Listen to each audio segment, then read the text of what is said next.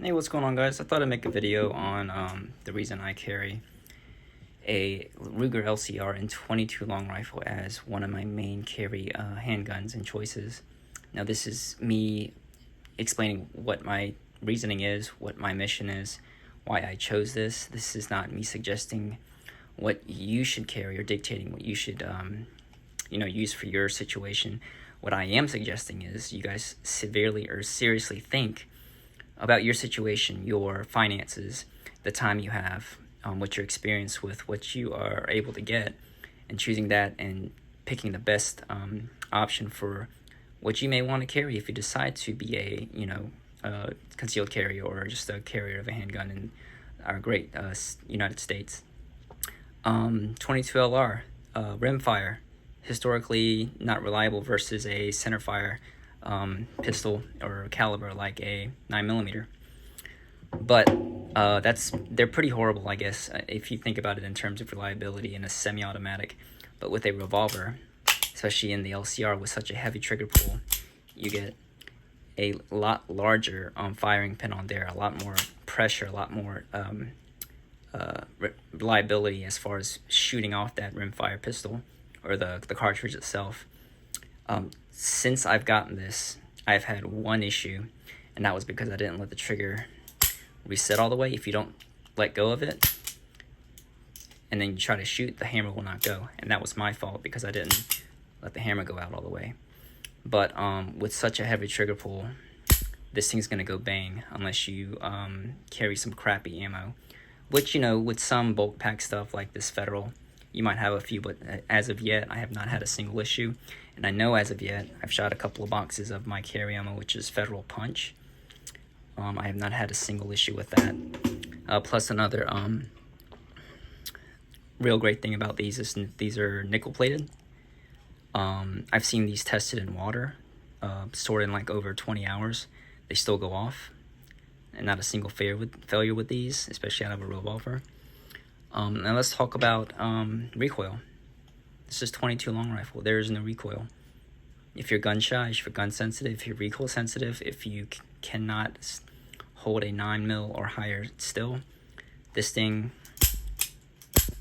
pretty much stays like that, which is amazing, especially for putting bullets on target. I can put a fist-sized group in 10 yards. I've seen it within a couple of seconds. Federal Punch, easily. And I'm not the best of shooters, but I am pretty confident in my ability to make sure I can put rounds on target and get the safety. And that's my main mission. I'm not trying to start a fight. I'm not trying to kill someone, but I will stop the threat enough where myself can get back to safety so I can continue to provide for my loved ones. And that is my mission. Also, price. If you look at a box of my carry ammo, which is Underwood Extreme Defender, and I have reasons for carrying this. I'm not here to debate what's better, but this thing is over $1 a round. Okay, this is like a box of 20, 25. This stuff right here, I got a box of 500 for 80, 90 bucks. I think that comes to 16 or 17 cents a round. That's my carry ammo. This bulk stuff, these each carry 325 rounds per box. And not to mention how much you can stock up on this stuff for cheap. And plus, this is 325 rounds in this box, whereas this is, 20, 25 rounds. I'm sorry, I can't remember what it is. It's either 25 or 20 rounds in each box. But that is a lot. I mean, you can really stock up on this stuff. I think at Walmart, these sell for like 20 bucks for 325 rounds of 22, which is great for training. They are a little dirtier. These run so clean. They're so consistent. I've seen testing with these. The penetration is very consistent with these. I mean, they're not going to expand them. That's not my reasoning for them. But they're going to punch a hole to whatever I'm trying to shoot at, central nervous system, brain, heart. I can get the center of mass, and I'm not trying to do 50-yard shots, 3 to 7 yards away, and I'm confident with these rounds and my ability to be able to hit those targets if I need to, especially in a high adrenaline, high stress situation where I pull this out. I put that big dot right there and I can see that, put it on target, and bam, there it goes. So cost, it's another big thing. And like I said, all the testing of this Federal Punch stuff has been awesome. And I got a lot more of these left to go ahead and shoot, and I'm not worried about shooting these off and testing myself with them to make sure they're consistent, and I'm confident in my ability to shoot these guys. But if you guys haven't looked up Federal Punch, definitely look at it. They also have them in other calibers. But think about it, a handgun ammunition, 9mm, 40, 45, whatever, they're horrible. I mean, you're just punching little holes in someone, and unless you hit something vital, they're not going to just simply drop. So I mean, 22, 9mm, 45, whatever. If you the aim of the game isn't the size of the hole, which is not the biggest factor of stopping someone. It's to stop the threat by, central nervous system. Even if you hit someone in the heart, you're not going to immediately have them stop. But I'm serious. If you guys get 8 rounds of this stuff in your face from 3 to 4 yards away from me, I'm pretty sure that person is going to stop whatever they're doing that's threatening my life. But as far as pricing, I can go to the range and shoot this stuff off. Listen, I don't have the finances to train a couple of times a week as like I like to, or go to classes. I mean, those things are $400 or $500. I've seen them all the way up to $700-800 a class, and I don't have the time. I work, I look after my kid, I have side business I have to handle. I can't travel as much. So situationally, this is going to be an ideal handgun for me because I can train with it, I'm confident in it, I can afford it. I know people like to boast about they have all these different guns and stuff. Listen, I don't have that luxury. You may, and that makes it fine for you guys, but this is, me thinking about what's ideal for my personal situation and what I can handle and what I can afford and what my time can allow for. So honestly, this is going to be really awesome for me, and it works out well. Plus, like I said, as far as safety with the Revolver, size-wise, they're about the same if you look at dimensions, but the way a revolver's curved, it's going to be a lot more natural as far as being able to conceal in your pocket. I'm definitely not going to pocket carry this guy. Plus, this thing feels, I'm holding these guys right now. This is significantly heavier. I'm confident with my 9mm, and I love this gun. But whenever I can't carry this, or if I just want to throw something in my pocket, this is super awesome, because I can go ahead and stage it. Let's say if someone comes up to me and is threatening my life and they want something out of my pocket, well, stick my hand in my right hand, or my right pocket, stage this guy, rip this out, bam. That's going to be a lot faster than having to reach into your waistband to pull out a concealed semi-automatic or another revolver, whatever you're carrying. But like I said, I'm confident in my ability to do that. This is not a caliber debate. I am not debating what would be stronger if you are to be able to hit your target. But if you're not a person who regularly trains, shooting a handgun's not easy. It's pretty hard because you have to worry about recoil. You have to worry about a bunch of other stuff to make sure you're hitting targets. So it's not as easy as people make it seem. It does take a lot of time, and ammo is not cheap. But with 22, it makes it cheap, and with the time and the amount of time I've been able to spend with this gun, I feel confident in it. I know it's not going to fail on me, honestly. I feel more confident as far as just going bang versus my Glock, and Glock's pretty reliable, and that's their thing.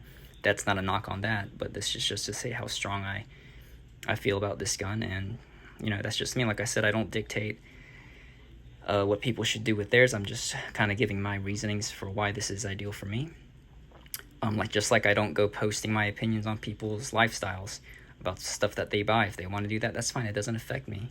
But this is the choice that I pick, and I'm pretty, I feel pretty solid about that. So anyway, if you guys want to know more about the LCR, I like talking about it. It's a really great handgun. Trigger, as far as price point for these revolvers, is the smoothest I've felt in a revolver. It doesn't feel stagey. As soon as you start pulling back, it just rolls back until it clicks. Plus 8 rounds. The long ejector rod makes it easier to go ahead and eject those out, because some 38s I've shot that are snubbies or smaller, they don't push out enough, and you get stuck cartridges when you're trying to reload.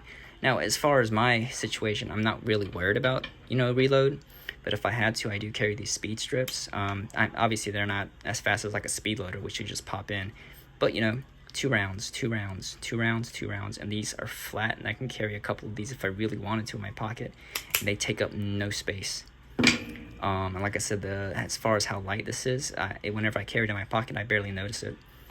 And even if I don't feel like wearing a holster, or if I don't feel like putting it in my sticky holster in my pocket, you got to have a very, very deliberate pull of this trigger. This thing is damn near 16, 17 pounds. Which another benefit is after I shoot this off, my striker fire triggers feel like absolute nothing. It actually has made my shooting with other handguns a lot better. So, plus if a kid got this, they'd have to, I know for a fact my 5-year-old's not going to be able to pull this trigger. There's no physical way she could do that. If she can, I'd be very surprised. Recoil sensitive, I'm really not, but I could shoot this one-handed very accurately if I need to. And, retention, especially with it being in my pocket, or if I do have it in my waistband, I can get a grip on it, and I'm not going to have a failure with someone. If I press this against someone, it's not going to, hold the slide back where it's going to have a failure on me. With 22, a lot of times with revolvers, you want to do thumb down grip, but if I have my thumb out, there's so much or so less gas is escaping out of a 22 that it's, I've had my hand out like this and it's not hurt me. I'm not really worried about that with something like a 22. I'd love to get other revolvers in my lineup sometime soon, but budget doesn't allow for that. So while I can't do that, I will train with what I have, and this is what I have decided to carry. Plus the price of this guy that I got it at. I feel like it's a sign from above, because I was researching this and I really wanted this specific handgun, and for the price I got it at, it was like I had to get it. It was a no-brainer. You'd be very surprised at how inexpensive this was for me. And even for the regular person who's buying it at retail, this is a very inexpensive gun to get. Throw it in a purse, throw it in your pocket, throw it in a waistband. Awesome little gun. Anyway, let me know what you guys think. Like I said, I'm not here to debate or dictate what you guys do. Let's just have a constructive talk about it. This isn't me trying to be like an internet tier 1 operator. I've never claimed to be. I'm just a real world guy. With real world time and real world problems that, has found an ideal carry solution for him. All right, later.